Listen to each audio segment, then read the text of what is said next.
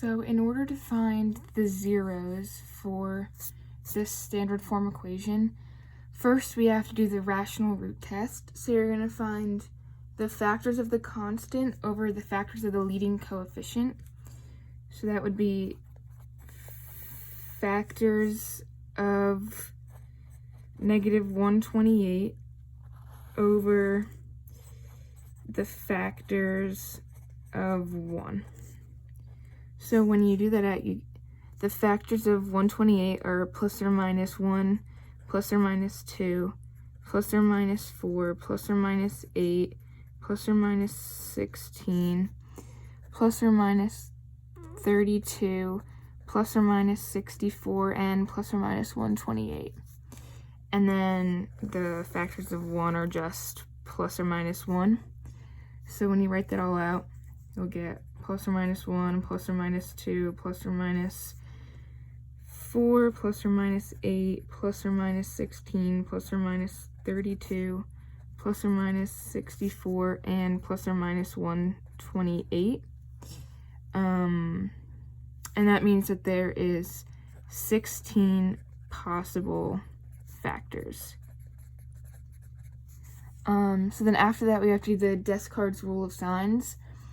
So for f of x, we'll get positive, negative, positive, negative, negative, which means that we have 3 sign changes. And if we do f of negative x, doing it the way where if it's odd it flips, you'll get plus, plus, plus, plus, negative, and there's only one sign change. So when you write out your chart,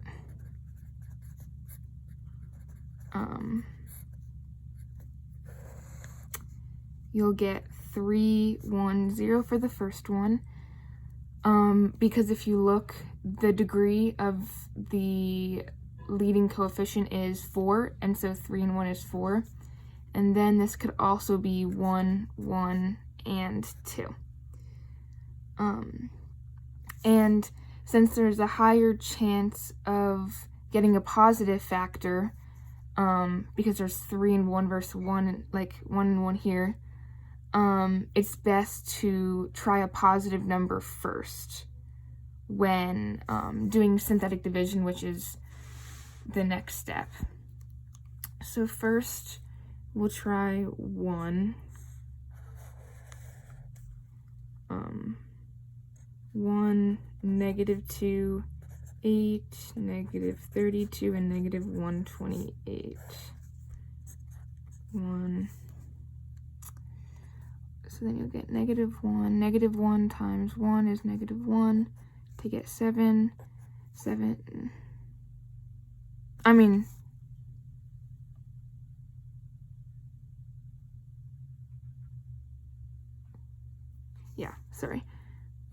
And then negative 32 plus 7 is negative 25. Negative 25, you'll get negative 153, so 1 doesn't work. Next, we can try negative 1 since there should be a negative. If you look at Descartes' rule of signs, you'll see that there should be a negative.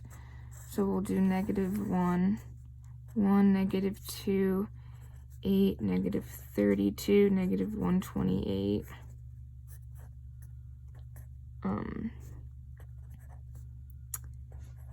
So 8 plus 3 is 11. We get negative 11.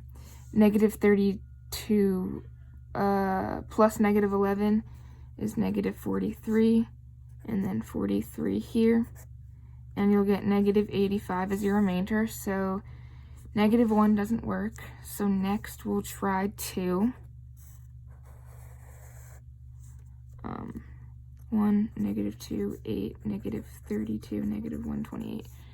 And so you don't have to put any zeros in here because you have all the degrees 4, 3, 2, 1, and 0 in your original equation. So there's no need to put a 0 anywhere to make up for that number. So just continuing, you get 2, 0. 2 times 0 is 0. 8. 8 times 2 is 16. Here you'll get negative 16. Negative 16 times 2 is negative 32. And here you'll get negative 160. So that also doesn't work. So next, we can try negative 2. So 1, negative 2, 8, negative 32, negative 128. What's called negative 2 times 1 is negative 2. You get negative 4. 4 times 2, negative 4 times negative 2 is 8. And you get 16. Then 16 times negative 2 is negative 32. So you get negative 64.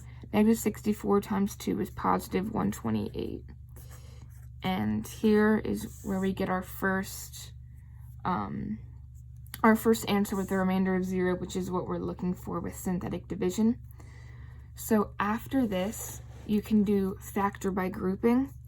So our equation, our new decompressed equation, is x to the third minus 4x squared plus 16x minus 64.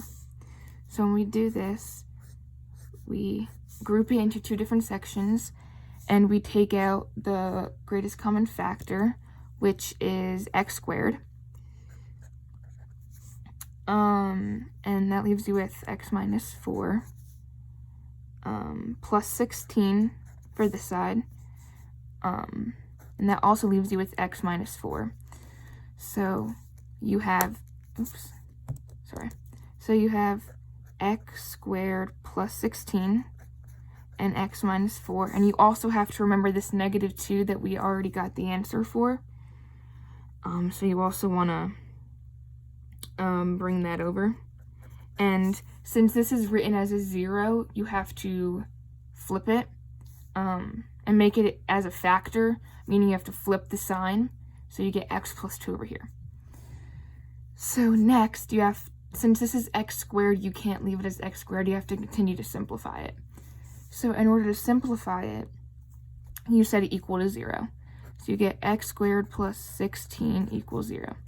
So you subtract 16, you get x squared equals negative 16.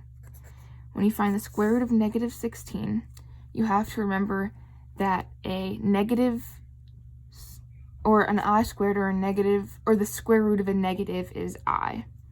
So since we have the square root of a negative here, we know that we're going to get I in our answer. And the square root of 16 is 4. So we put 4 in front. And for i's, you can never just have one. You always have to have the positive and negative of that I. So in front of it, you're going to put positive and negative equals x. So for your final answer, when you're finding the x's, you're going to get, first you have to set these equal to 0 as well. So x minus 4 equals 0, x plus 2 equals 0. You get x equals 4, and x equals negative 2. So when you're getting your final zeros, it's going to be x equals positive or negative 4i, 4, and negative 2. And this is your final answer.